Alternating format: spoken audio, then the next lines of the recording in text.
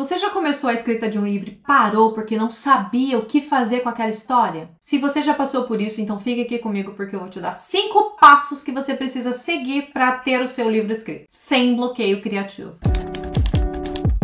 Você provavelmente já teve aquela sensação de que uma história está nascendo dentro de você, está martelando na sua cabeça, querendo sair de alguma forma, tentou escrever e não deu certo. Acertei? Desistir da escrita de um romance é muito mais fácil do que você imagina. Você não é o primeiro e nem vai ser o último, então tamo junto.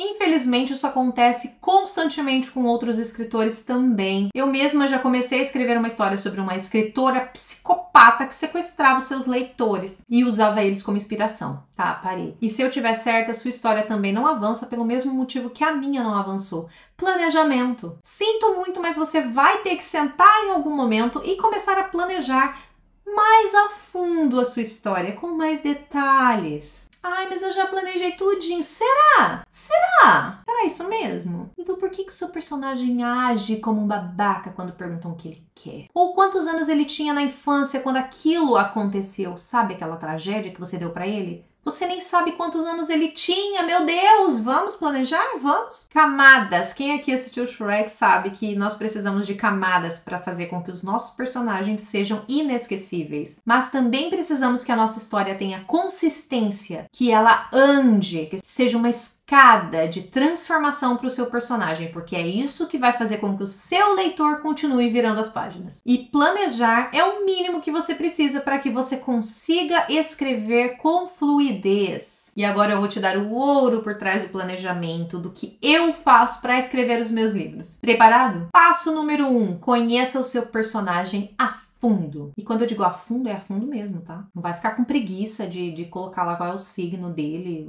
qual o número que ele calça. Brincadeira. Entender o seu personagem é tão importante quanto saber o porquê ele quer o que ele quer, assim como o mundo em que ele vive. O passado dele tem que influenciar diretamente nas ações que ele tem e nos sentimentos que ele tem. O seu personagem precisa ter uma falha. Nem sempre o que ele quer é o que ele precisa. Isso é maravilhoso. Faça uma ficha de personagem, escreva os detalhes, mesmo que você não vá colocar isso no seu livro, você precisa saber. Imagine que alguém te pergunte sobre aquela tia chata que você tem. Aposto que você é capaz de falar o dia inteiro dela. Você consegue falar os defeitos dela, você consegue ver alguma qualidade nela, você consegue falar sobre o relacionamento dela com as outras pessoas facilmente. É assim que você precisa conhecer o seu personagem. Entendeu? Como aquela tia. Passo número 2, estruture a sua história com cuidado. Escolha a estrutura que você quer usar. Tem um monte por aí. Tem a jornada do herói, tem os 3 atos, tem o Save the Cat, que eu adoro.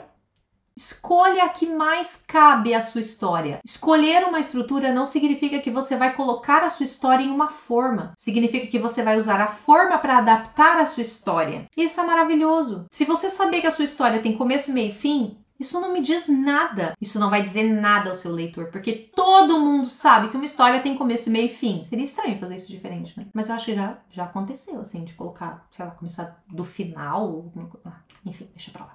Quando você pega uma estrutura pronta e comprovada de sucesso, coloca os pontos dela na sua história, você vai descobrir que tem espaço para mais. Você tem como melhorar a sua história ainda mais. Isso é maravilhoso. Lembre-se de que a sua estrutura é o caminho, é a jornada que o seu herói precisa traçar para se transformar. Ele começa com um objetivo e termina com a sua transformação. Isso é lindo. Agora escolhe a sua estrutura de uma vez, por favor. Passo número 3, escolha um horário fixo para que você possa escrever. Escolha um horário na sua agenda em que você sabe que você pode se dedicar totalmente a uma hora de escrita. Pelo menos uma horinha, só uma horinha. Que encare essa hora como se o seu salário mensal dependesse dela. Ou você acha que ser escritor não é uma profissão? Você acha? 1 hora por dia gera uma rotina. E assim que o seu cérebro entender que escrever faz parte da sua rotina, ele vai deixar de ficar ansioso. Ele vai parar com aquele negócio de eu estou numa situação de luta ou fuga, eu estou ansiosa, eu estou tremendo, estou suando. Então entenda de uma vez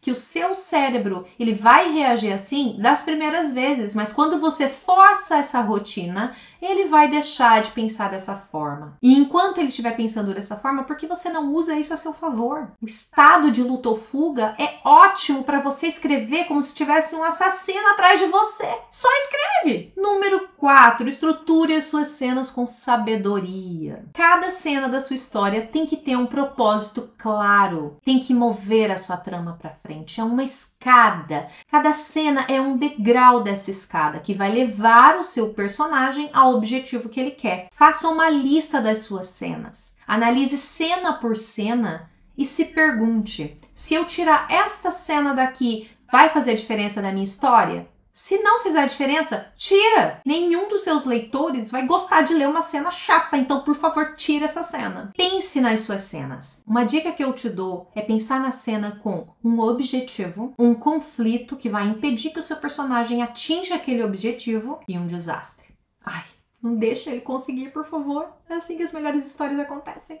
Na cena seguinte, você pode usar a reação, como seu personagem reagiu ao que aconteceu na cena anterior. Isso é maravilhoso. Um dilema. Depois que ele reagiu, qual é o dilema? O que eu vou fazer agora? Ele vai pensar: eu tenho tantas oportunidades, eu tenho tantas opções, mas nenhuma delas é boa. Dê opções ruins para o seu personagem. Coloque ele contra a parede. Ninguém quer ler coisa fácil, não. Coisa chata. Ai, minha vida é tão chata, meu dia a dia é tão sem graça. Não, eu quero ler um livro que vai me fazer pensar o que esse cara vai fazer agora. Ai. E depois faça com que ele tome uma decisão. Difícil, uma decisão difícil. Mas ele tem que decidir. Porque é isso que vai te levar para a próxima cena. Então pensa nisso. Cenas com propósito. Número 5, não tenha medo de escrever um rascunho ruim. Vai ser uma porcaria? Vai ser uma porcaria. Mas vai existir. Não é melhor do que ter uma página em branco? Pensa aí. Nenhum escritor escreveu um rascunho perfeito de primeira mão. A não ser o Stephen King, né? Que aquele lá... Tira o meu chapéu. Mas é absolutamente normal que o seu primeiro rascunho fique uma bagunça. É esperado que ele seja uma bagunça, porque ele é a descoberta da sua história. É escrevendo que a gente vai descobrir que tipo de personagem a gente tem, do que ele precisa realmente e como levar essa história pra frente. E mil vezes ter um rascunho ruim do que não ter nada. E quando estiver escrevendo, esquece revisão, tá? Revisão é depois. Por enquanto, você só escreve. E agora eu vou te dar uma dica bônus. Um passo 6. E o passo 6 tem a ver com a revisão. Quando você sentar para escrever o seu primeiro rascunho, faça questão de não parar. Não pare para fazer pesquisas. Não pare para procurar um nome aleatório. Ah, não quero que meu personagem tenha esse nome, é muito comum. É normal a gente querer parar, é normal a gente querer reler o que a gente escreveu, mas a dica aqui é justamente essa: não faça isso, deixe para depois e agora só escreva. E esses são os passos que eu sigo quando eu vou escrever as minhas histórias, espero que tenha ajudado vocês. E se você gostou do vídeo, comente aqui embaixo, deixa o like. E, por favor, mande para aquele amigo seu que fica procrastinando a escrita. Tá na hora dele começar a escrever, vocês não acham? Fui!